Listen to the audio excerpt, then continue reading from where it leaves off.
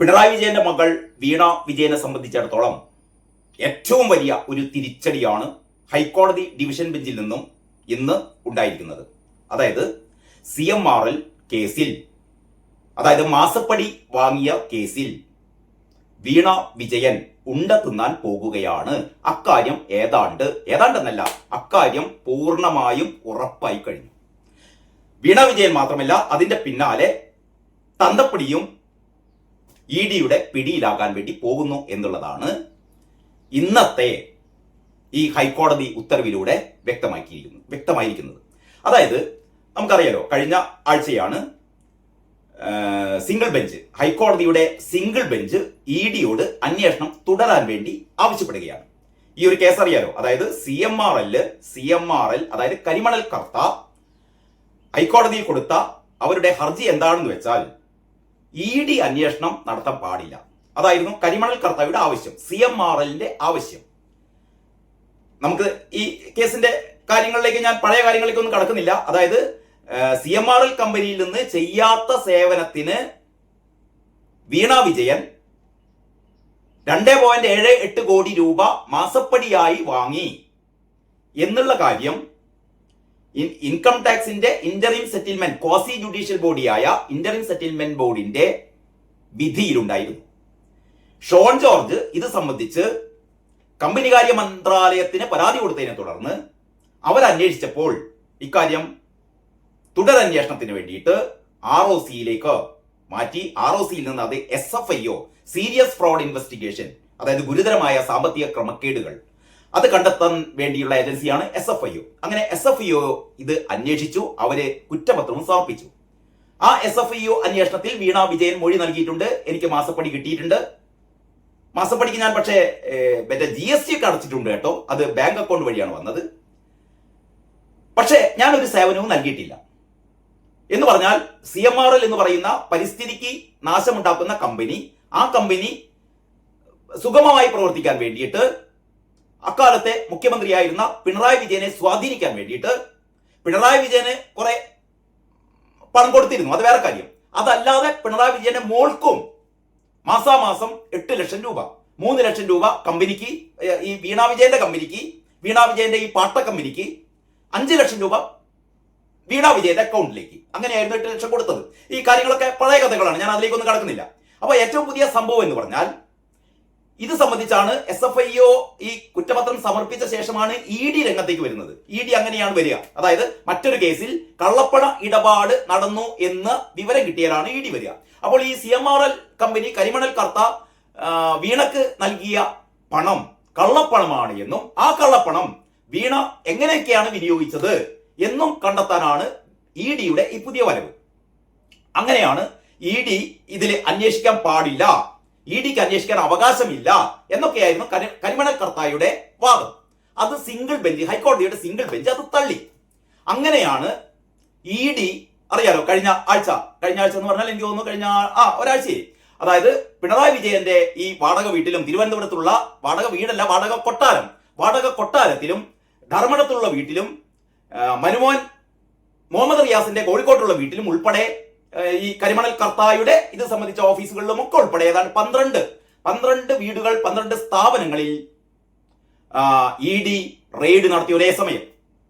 അങ്ങനെയാണ് ഇവിടെ പ്രതിഷേധമുണ്ടായത്. ഈ അന്തംകമ്മികൾ വിചാരിച്ചു, ഇത് വിചാരിച്ചല്ല, അവരെ തെറ്റിദ്ധരിപ്പിച്ചു, ഇത് പിണറായി വിജയനെ പിടിക്കാൻ വേണ്ടിയിട്ടാണ് ED വന്നത് എന്ന് വിചാരിച്ചിട്ട് ഇവര് പിണറായി വിജയനെ ഞങ്ങൾ അങ്ങനെ വിടില്ല, ഇത് രാഷ്ട്രീയ പകപോക്കലാണ് എന്നൊക്കെ പറഞ്ഞിട്ട് ഈ അന്തംകമ്മികൾ ED ഉദ്യോഗസ്ഥന്മാരെ ആക്രമിച്ചു. അവർ വന്ന വാഹനം അടിച്ചു തകർത്തു, ഈ ED ഉദ്യോഗസ്ഥന്മാരെ ആക്രമിച്ചു. ഇതിന്റെ പേരിലാണ് 26 പേര് ഇപ്പൊ കസ്റ്റഡിയിൽ കിടക്കുന്നത്. 300ഓളം പേർക്കെതിരെ പോലീസ് കേസ് എടുത്തിട്ടുണ്ട്, ചെന്നിത്തലയുടെ പോലീസ് കേട്ടോ. ഇതാണ് ഇതുവരെ നടന്ന സംഭവങ്ങൾ. അപ്പോഴാണ് CMRL ഈ സിംഗിൾ ബെഞ്ചിന്റെ ഈ ഉത്തരവ് സ്റ്റേ ചെയ്യണം എന്നാവശ്യപ്പെട്ടുകൊണ്ട് ഡിവിഷൻ ബെഞ്ചിലേക്ക് പോയത്. അപ്പൊ ഡിവിഷൻ ബെഞ്ച് കഴിഞ്ഞ 4 ദിവസം മുമ്പ് ഡിവിഷൻ ബെഞ്ച് ഈ ഹർജി കിട്ടിയപ്പോൾ പറഞ്ഞു, EDയോട് പറഞ്ഞു, കരിമണൽ കർത്തായുടെ കാര്യങ്ങൾ ഞങ്ങൾ വെള്ളിയാഴ്ച പറയാം, അതായത് ഇന്ന് വിധി പറയാം, അതുവരെ കരിമണൽ കർത്തായുടെ സ്ഥാപനങ്ങളിലൊന്നും നിങ്ങൾ റെയ്ഡ് ചെയ്യാൻ പാടില്ല, അല്ലെങ്കിൽ ED നടപടി എടുക്കാൻ പാടില്ല. പക്ഷേ വീണ വിജയനെ നിങ്ങൾക്ക് എന്ത് വേണം ചെയ്യാം, അന്വേഷണം നിങ്ങൾക്ക് തുടരാം ഈ കരിമണൽ കർത്തായുടെ കാര്യത്തിൽ ഞങ്ങൾ വെള്ളിയാഴ്ച വിധി പറയുന്നു പറഞ്ഞു. ആ വിധിയാണ് ഇന്ന് കുറച്ചു മുമ്പ് വന്നത്. ആ വിധിയിൽ ഹൈക്കോടതി ഡിവിഷൻ ബെഞ്ച് EDയോട് പറയുകയാണ്, നിങ്ങൾക്ക് അന്വേഷണം തുടരാം. കരിമണൽ കർത്താക്കെതിരെയും അന്വേഷണം തുടരാം, വീണ വിജയനെതിരെയും അന്വേഷണം തുടരാം. വീണ വിജയനെതിരെ നേരത്തെ തന്നെ അന്വേഷണം തുടരാമെന്ന് ഹൈക്കോടതി ഡിവിഷൻ ബെഞ്ച് പറഞ്ഞിരുന്നു. പക്ഷേ നിങ്ങൾക്ക് വളരെ സ്വതന്ത്രമായി നിങ്ങൾക്ക് ഈ കള്ളപ്പണ ഇടപാടുകൾ അന്വേഷിക്കാം, അത് സംബന്ധിച്ച നടപടികൾ എടുക്കാമെന്ന് ഹൈക്കോടതി പറഞ്ഞിരിക്കുകയാണ്. അപ്പോൾ വീണ വിജയനെ സംബന്ധിച്ചിടത്തോളം ഇനി ഒരു പ്രതീക്ഷയുടെ ഒരു നേരിയ വൈക്കോൽ തുരുമ്പ് പോലും ഇല്ല. എല്ലാം നഷ്ടപ്പെട്ടിരിക്കുന്നു. ED ആകെ കലിപ്പിലാണ്. അതാണ് ഏറ്റവും പ്രധാനപ്പെട്ട കാര്യം. അതായത് വീണ വിജയനെ എത്രയും പെട്ടെന്ന് ജയിലിലാക്കാൻ വേണ്ടി ശ്രമിച്ചതാരാണെന്നറിയോ? അത് ഇവിടുത്തെ അന്തംഗമികളാണ്. അതായത് ED ഉദ്യോഗസ്ഥന്മാർ റെയ്ഡ് നടത്താൻ വന്നപ്പോ റെയ്ഡ് നടത്തിക്കോട്ടെ, കാരണം വീണ വിജയനെതിരെയുള്ള ഒരു കേസല്ലേ. വീണ വിജയനെതിരെയുള്ള കേസിൽ എന്തിനാണ് പ്രതിഷേധിക്കാൻ പോകുന്നത്? Veena Vijayan SFI കാരിയല്ല, DYFI കാരിയല്ല, CPM കാരിയല്ല. പിന്നെ എന്തിനാണ് വീണ വിജയന്റെ ഒരു തട്ടിപ്പ് കേസിൽ, വീണ വിജയന്റെ ഒരു അഴിമതി കേസിൽ എന്തിനു പോയി കണ്ട് അടി വാങ്ങാൻ പോകുന്നു എന്ന് ഈ അന്തംഗമികളോട് ആരും പറഞ്ഞു കൊടുത്തില്ല. അന്തംഗമികളെ ഇളക്കി വിട്ടു. പോയി കണ്ട് പിണറായി വിജയന്റെ വീടിന്റെ മുന്നിൽ നിന്ന് മുദ്രാവാക്യം വിളിക്കാൻ പറഞ്ഞു. ED ഉദ്യോഗസ്ഥന്മാരെ ആക്രമിക്കാൻ വേണ്ടി പറഞ്ഞു. അങ്ങനെയാണ് ഈ കഥയില്ലാത്ത, തലയിൽ വെളിച്ചമില്ലാത്ത ഈ അന്തംഗമികൾ പോയിട്ട് ED ഉദ്യോഗസ്ഥന്മാരെ മുഴുവൻ ആക്രമിച്ചു, അവരുടെ കാർ അടിച്ചു തകർത്തു. അവസാനം എന്തായി?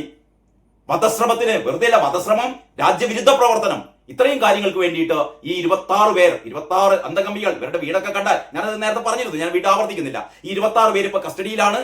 ഇവരെ അതിഗുരുതരമായ വധശ്രമം ഉൾപ്പെടെയുള്ള അതിഗുരുതരമായ രാജ്യരക്ഷക്ക് വിരുദ്ധമായി പ്രവർത്തിച്ചു തുടങ്ങിയ അതിഗുരുതരമായ ചാർജുകളാണ് ഇവരുടെ പേരിൽ ചുമത്തിയത്. ഇനി അതിൽ കൂടുതൽ ചുമത്താനുള്ള സാധ്യത നിലനിൽക്കുന്നു. കാരണം ഇതൊക്കെ ചുമത്തിയത് നമ്മുടെ ചെന്നിത്തലയുടെ പോലീസാണ്. മാത്രമല്ല ഇതിൽ ED തന്നെ CBI കൊണ്ടുവരാൻ പോകുന്നത്. അതാണ് ഏറ്റവും പ്രധാനപ്പെട്ട കാര്യം. ED CBI ഇക്കാര്യം അന്വേഷിക്കണം എന്ന് പറയുന്നത്. അത് കേട്ടപ്പോൾ തന്നെ രമേശ് ചെന്നിത്തലയുടെ പോലീസ് രമേശ് ചെന്നിത്തല പ്രത്യേക ഒരു അന്വേഷണ സംഘത്തെ ഇത് അന്വേഷിക്കാൻ വേണ്ടിയിട്ട് പ്രത്യേക അന്വേഷണ സംഘത്തെ നിയമിച്ചു. അതൊന്നും പോരാ, ആര് തന്നെ വരണം? CBI തന്നെ വരണം. നേരത്തെ ബംഗാളിൽ ഇതുപോലെ EDയെ ആക്രമിച്ചിരുന്ന ആ ഒരു സംഭവത്തിലും CBIയുടെ അന്വേഷണമാണ് അവിടെ നടക്കുന്നത്. അതേപോലുള്ള ഒരു CBI അന്വേഷണത്തിനാണ് ഇവിടെ അരങ്ങൊരുങ്ങിയിരിക്കുന്നത്. അപ്പോൾ കൂടുതൽ അന്തംഗമികൾ പിടിയിലാകും. ഇതിന്റെ വിഷ്വൽസ് ഒക്കെ നമ്മുടെ മുന്നിലുണ്ടല്ലോ. ഇതിന്റെ വിഷ്വൽസ് ഉണ്ട്. എങ്ങനെയൊക്കെയാണ് ഈ കാറ് ഇഷ്ടിക ഉപയോഗിച്ചും അല്ലെങ്കിൽ മറ്റ്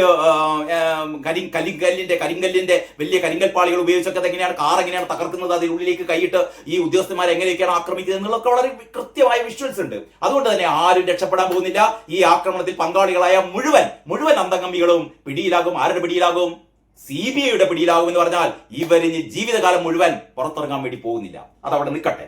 ഇനി വീണ വിജയന്റെ കാര്യമാണ്. അപ്പൊ വീണ വിജയനെതിരെയുള്ള ഈ അന്വേഷണം ദ്രുതഗതിയിലാണ് നടക്കാൻ പോകുന്നത് എന്നുള്ളതാണ് ഏറ്റവും പ്രധാനപ്പെട്ട കാര്യം. ഇവരുടെ ഡയറക്ടർ ഉണ്ട്, അതായത് EDയുടെ ഡയറക്ടർ രാഹുൽ നവീൻ എന്നു പേരായ EDയുടെ ഡയറക്ടർ ഇന്ന് രാവിലെ കൊച്ചിയിലെത്തി. അദ്ദേഹം ഇപ്പോൾ ഉന്നത ഉദ്യോഗസ്ഥരുമായി കൊച്ചിയിൽ യോഗം ചേർന്നുകൊണ്ടിരിക്കുകയാണ്. എന്തൊക്കെയാണ് ഇനി അടിയന്തരമായി ചെയ്യേണ്ടത്, വീണയെ എങ്ങനെയാണ് അറസ്റ്റ് ചെയ്യേണ്ടത്, വീണയെ എങ്ങനെയാണ് ചോദ്യം ചെയ്യേണ്ടത്, അത് കഴിഞ്ഞിട്ട് വീണയ്ക്ക് എന്തെല്ലാം കുറ്റങ്ങളാണ് വീണയുടെ മേൽ ചാർത്തേണ്ടത്, വീണയെ എത്ര വർഷത്തേക്കാണ് ജയിലിൽ അടക്കേണ്ടത് തുടങ്ങിയ കാര്യങ്ങളെ കുറിച്ച് സമഗ്രമായി ചർച്ച ചെയ്തുകൊണ്ടിരിക്കുകയാണ് എന്നുള്ളതാണ് ഏറ്റവും പ്രധാനപ്പെട്ട കാര്യം. എന്ന് പറഞ്ഞാൽ വരും ദിവസങ്ങളിൽ ഏറ്റവും സംഘർഷാത്മകമായ രീതിയിലേക്കാണ് കാര്യങ്ങൾ പോകുന്നത്. എന്ന് പറഞ്ഞാൽ വീണയെ പിടികൂടും, വീണയെ ചോദ്യം ചെയ്യും, വീണയെ അറസ്റ്റ് ചെയ്യും. അത് കഴിഞ്ഞ് വീണ ഏറ്റവും മിനിമം 3 വർഷം മുതൽ 10 വർഷം വരെയാണ് വീണയ്ക്ക് ലഭിക്കാൻ പോകുന്ന തടവ് എന്ന് പറയുന്നത്. അത്തരത്തിലുള്ള കാര്യത്തിലേക്ക് പിണറായി വിജയന്റെ PB അംഗമായ പിണറായി വിജയന്റെ CPMന്റെ എല്ലാമായ പിണറായി വിജയന്റെ മകൾ ഒരു അഴിമതി കേസിൽ ജയിലിനകത്തേക്ക് പോകുന്നു. പിന്നാലെ കാരണഭൂതവും പോകുന്നു എന്നുള്ളതാണ് മറ്റൊരു പ്രധാനപ്പെട്ട കാര്യം. കാരണം ED ഇത് കഴിഞ്ഞിട്ട് അന്വേഷിക്കാൻ വേണ്ടി പോകുന്നത് കരിമണൽ കർത്ത വീണക്ക് മാത്രമല്ല, ഈ അഴിമതി പണം കൊടുത്തത് ഒരുപാട് രാഷ്ട്രീയ നേതാക്കന്മാർക്ക് കൊടുത്തിട്ടുണ്ട്. അതിൽ PVയും ഉണ്ട്. ആ PV ഞാനല്ല എന്ന് ഈ PV പറയുമെങ്കിലും കരിമണൽ കർത്ത തന്നെ ഈ SFIയോട് പറഞ്ഞിട്ടുണ്ട്. ആ PV, അതായത് ഞാൻ പൈസ കൊടുത്ത PV പിണറായി വിജയൻ എന്ന് പറഞ്ഞ PV ആണ് എന്ന് കരിമണൽ കർത്ത തന്നെ പറഞ്ഞ സ്ഥിതിക്ക് പിണറായി വിജയൻ ഇനി ഞാനല്ല PV എന്ന് പറയാൻ ഇനി ഒരു സ്കോപ്പുമില്ല. അതുകൊണ്ട് വീണ ജയിലിൽ പോയാൽ പിന്നാലെ കാരണഭൂതവും പോകാൻ വേണ്ടി പോകുകയാണ് എന്നുള്ളതാണ് ഏറ്റവും പ്രധാനപ്പെട്ട കാര്യം. മറ്റൊന്ന് ഞാൻ പറഞ്ഞല്ലോ, നവീൻ രാഹുൽ എന്ന് പറയുന്ന ഈ ഡയറക്ടർ, EDയുടെ ഡയറക്ടർ കൊച്ചിയിൽ വന്നു എന്ന് പറയുന്നത് അതീവ പ്രാധാന്യമുള്ള കാര്യമാണ്.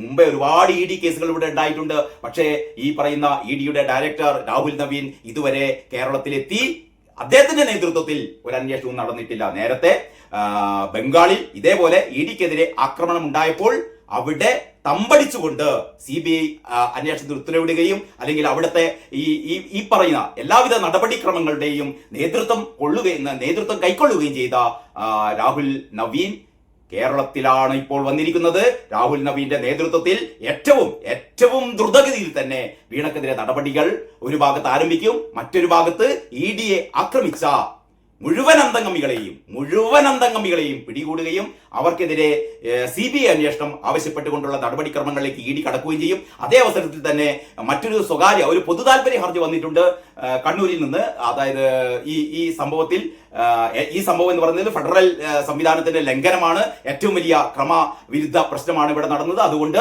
ഈ കേസ് CBI അന്വേഷിക്കണമെന്ന് ആവശ്യപ്പെട്ടുകൊണ്ട് മറ്റൊരു പൊതു താല്പര്യ ഹർജി കൂടി വന്നിട്ടുണ്ട്. അത് അടുത്ത മാസം 3-ാം തീയതിയിലേക്കാണ് മാറ്റിവെച്ചത്.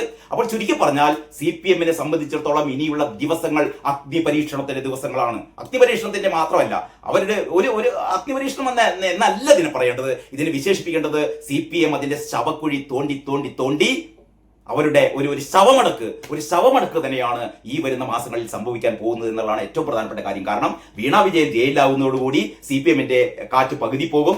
പിന്നാലെ കാരണഭൂതം കൂടി പോയാൽ മുഴുവനായിട്ട് പോകും. പിന്നെ CPM എന്ന് പറയുന്ന പാർട്ടി ഉണ്ടാവില്ല. ആ രീതിയിലേക്കാണ് കാര്യങ്ങൾ പോകുന്നത്. അതുകൊണ്ട് തന്നെ ഇനി അന്തംഗമികൾ എന്തൊക്കെയാണ് ഇവർ പറയാൻ പോകുന്നത് ഇപ്പൊ ഇതായിരിക്കും. അതായത് രാഷ്ട്രീയ പകപോക്കലാണ്. VD സതീശൻ വിളിച്ചിട്ടാണ് ഈ ED വന്നത്. ഇതൊക്കെ നേരത്തെ തന്നെ VD സതീശൻ പൊളിച്ചു കൊടുത്തിട്ടുണ്ടല്ലോ. അതുകൊണ്ട് അക്കാര്യത്തിലേക്കൊന്നും ഞാൻ കൂടുതൽ കടക്കുന്നില്ല. ഇതിന്റെ കൂടുതൽ വിവരങ്ങൾ, കൂടുതൽ വിശേഷങ്ങൾ അടുത്ത വീഡിയോയിൽ നമുക്ക് ചർച്ച ചെയ്യാം. അതുവരെ എല്ലാവർക്കും നന്ദി, നമസ്കാരം.